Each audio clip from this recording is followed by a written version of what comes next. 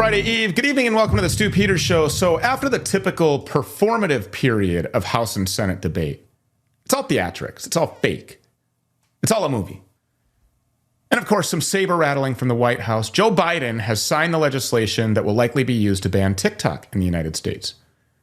We're unable to report if Joe Biden is aware that he's signed anything, but apparently that's what we're being told. Until, of course, it's sold off by the Chinese parent company to a buyer approved by the United States government. Now, some potential buyers of TikTok have been floating around. One is Steve Mnuchin, the rabidly pro-Israel government banking tycoon. And of course, Bill Gates, the genocidal death cultist responsible for sticking bioweapons in the arms of billions of people. And while TikTok's CEO and its parent company, ByteDance, say they're going to fight this forced sale and potential ban, they do have an uphill battle on their hands, given that both sides of the uniparty, our fake government, has come together to get this done. But you see, this legislation extends way beyond TikTok. And actually, it'll end up giving the president and his minions the power to take things away as they see fit. They'll be able to cut the communication lines on the American people if and when they decide that they don't like what's being said. So if you're a dissident to the American government or its official narrative or anything that it's doing, you're done. Switched off. Yeah, this isn't just going to isolate TikTok or stop some 4-foot-tall Chinese supervillain from stealing your metadata through recipe videos. No, this is going to forever change the way that Americans communicate because it's handing our federal government the keys, the power to make that decision for us. And everybody knows that since the dawn of the internet, the feds have been clamoring for a kill switch. And now they have it. They want to shut the whole thing down every time they see fit and control the flow of information completely. And that's exactly what this is. That's exactly where this social media kill switch is taking us. But once again, because of some excited rhetoric from people like Ted Cruz and Josh Hawley, so-called conservatives are cheerleading us right into this because they have no idea what the hell is really going on. Or worse, they do, but they're doing the bidding of a foreign secular nation state called Israel.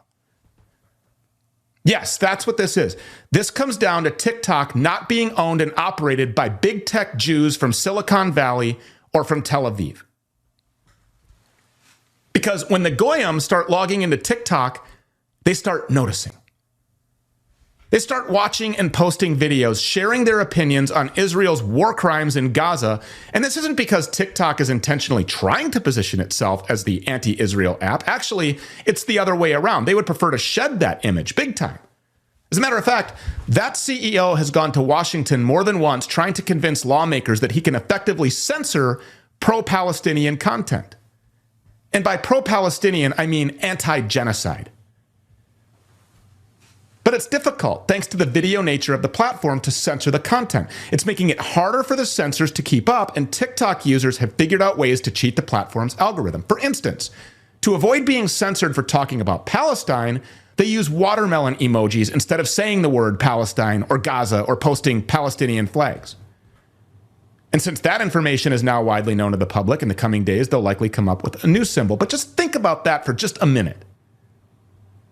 American citizens are being forced to use food emojis to have coded conversations about a foreign war that they're being forced to fund.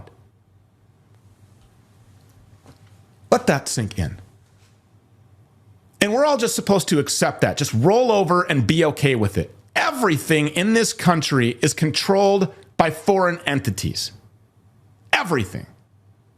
Be they Israeli or Chinese or something else. And while members of our fake government may not care about the communist Chinese producing, all of our prescription drugs, all of our food, all of our household items and cleaners, it's obvious here that the flow of information has been delegated to the Israelis and to their agents in the United States. And that is why TikTok is on the chopping block, period.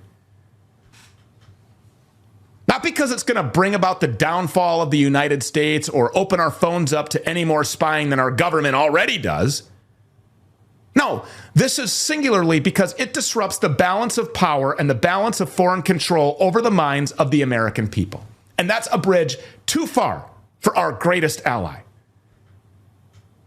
Just listen to what Jonathan Greenblatt, the lizard thing running the ADL, had to say about TikTok users and young Americans in general when the ADL started redoubling their efforts to get TikTok banned. Watch. But I also want to point out that we have a major generational problem. All the polling I've seen, ADL's polling, ICC's polling, independent polling, suggests this is not a left-right gap, folks. The issue in the United States in support for Israel is not left and right. It is young and old. And the numbers of young people who think that Hamas's, massacre was justified is shockingly and terrifyingly high. And so we really have a TikTok problem, a Gen Z problem, that our community needs to put the same brains that gave us Taglit, the same brains that gave us all these other amazing innovations, need to put our energy toward this, fast. Because again, we've been chasing this left-right divide. It's the wrong game. The real game is the next generation, and the Hamas and their accomplices, the useful idiots in the West, are falling in line in ways that are terrifying. Last thing I'll just say, we saw a dramatic change in the language of the activists here in America on October the 8th. The language of groups that we've long tracked, who've long been problematic, like Students for Justice in Palestine and Jewish Voices for Peace, they flipped like this and went to Iranian propaganda. The language I could show you from their toolkits, because our analysts are in their groups. We saw this again on October the 8th. It was that fast. The language in their toolkits was all about the Zionist entity and lots of other language that we recognized from Iranian propaganda. We think there's something more to this that's below the waterline. It's the young generation we need to be focusing energy on. There's something happening with Iran and how it's now their propaganda and their language and their tactics seem to be bleeding into the American kind of activist space in ways that are very different than NIAC and very, very problematic.